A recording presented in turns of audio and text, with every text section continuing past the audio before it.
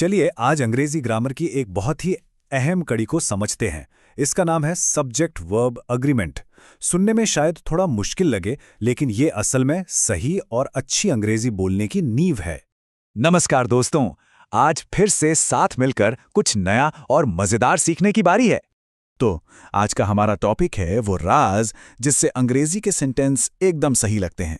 जी हाँ, ये कोई रॉकेट साइंस नहीं है। ये ग्रामर का एक बहुत ही सीधा साधा लेकिन जरूरी सिद्धांत है, जिसे हम कहते हैं सब्जेक्ट वर्ब अग्रीमेंट। और यकीन मानिए, इसे समझने के बाद अंग्रेजी लिखने और बोलने में जो कॉन्फिडेंस आता है वो अलग ही होता है। तो चलिए फिर शुरू करते हैं। सबसे पहले ये समझते हैं कि ग्रामर में इस अग्रीमेंट शब्द का असल में मतलब क्या है। वैसे तो इसका मतलब सहमति होता है, पर यहां हम इसे तालमेल कह सकते हैं। तो सब्जेक्ट वर्ब अग्रीमेंट का मतलब बहुत ही आसान है। इसका मतलब है कि वाक्य के सब्जेक्ट यानी जो काम कर रहा है और वर्ब यानी जो काम हो रहा है, इन दोनों के बीच में एक पक्का तालमेल होना चाहिए। आप इसे ऐसे सोच सकते हैं कि सब्जेक्ट और वर्ब एक टीम के दो खिलाड़ी हैं और दोनों को एक ही रूल फॉलो करना है ताकि गेम सही से चले। ठीक है, तो अब मतलब तो समझ आ गया। अब इसके नियमों को देखते हैं, और घबराइए नहीं, ये बहुत ही आसान है। पहला नियम है सिंगुलर यानी एक वचन के बारे में। नियम बहुत सीधा है। अगर हमारा सब्जेक्ट अकेला है, सिंगुलर है, मतलब हम किसी एक इंसान या एक चीज की बात कर रहे हैं, तो उसके साथ जो वर्ब लगेगा वो भी सिंगुलर ही होगा। सिंपल, एक सब्जेक्ट के लिए एक खास तरह का वर्ब। उदाहरण के लिए इस सेंटेंस को देखिए, शी प्लेज फुटबॉल। अब यहां शी कौन है? एक अकेली लड़की। तो ये हुआ हमारा सिंगुलर सब्जेक्ट, और इसीलिए उसके साथ जो वर्ब लगा है प्लेज, वो भी सिंगुलर है। यहां एक छोटी सी ट्रिक है। अक्सर प्रेजेंट टेंस में सिंगुलर वर्ब के आखिर में एस लगता है।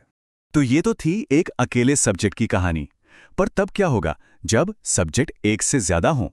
चलिए अब दूसरे नियम की तरफ बढ़ते हैं, जो है प्लूरल यानी बहुवचन के बारे में। ये दूसरा नियम भी बिल्कुल पहले जैसा ही आसान है। अगर हमारा सब्जेक्ट प्लूरल है, मतलब हम एक से ज्यादा लोगों या चीजों की बात कर रहे हैं, तो उसके साथ आने वाला वर्ब भी प्लूरल ही होगा। है ना सिंपल? ज्यादा लोग तो वर्ब का अलग रूप। इसका एक अच्छा उदाहरण है दे प्ले फुटबॉल। यहां दे का मतलब है वे लोग, यानी एक से ज्यादा लोग। तो ये हो गया हमारा प्लूरल सब्जेक्ट। और देखिए, इसके साथ जो वर्ब आया है प्ले, वो भी प्लूरल है। ध्यान दिया? इस बार वर्ब के आखिर में एस नहीं है। अब जरा इन दोनों को एक साथ रखकर देखिए, पूरी कहानी साफ हो जाएगी।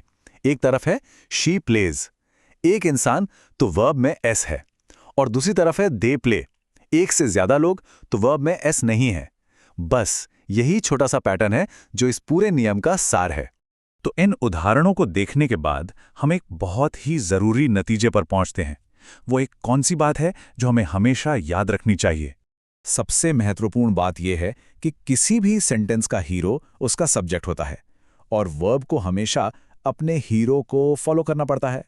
मतलब सब्जेक्ट ही यह तय करेगा कि वर्ब कैसा दिखेगा और कैसे इस्तेमाल होगा। अगर ये एक बात याद रह गई तो सब्जेक्ट वर्ब एग्रीमेंट में गलती होने का सवाल ही नहीं उठता। और यहीं पर यह सफर खत्म नहीं होता, ये तो बस एक शुरुआत है। ये नियम सिर्फ प्ले और प्लेज के लिए नहीं है।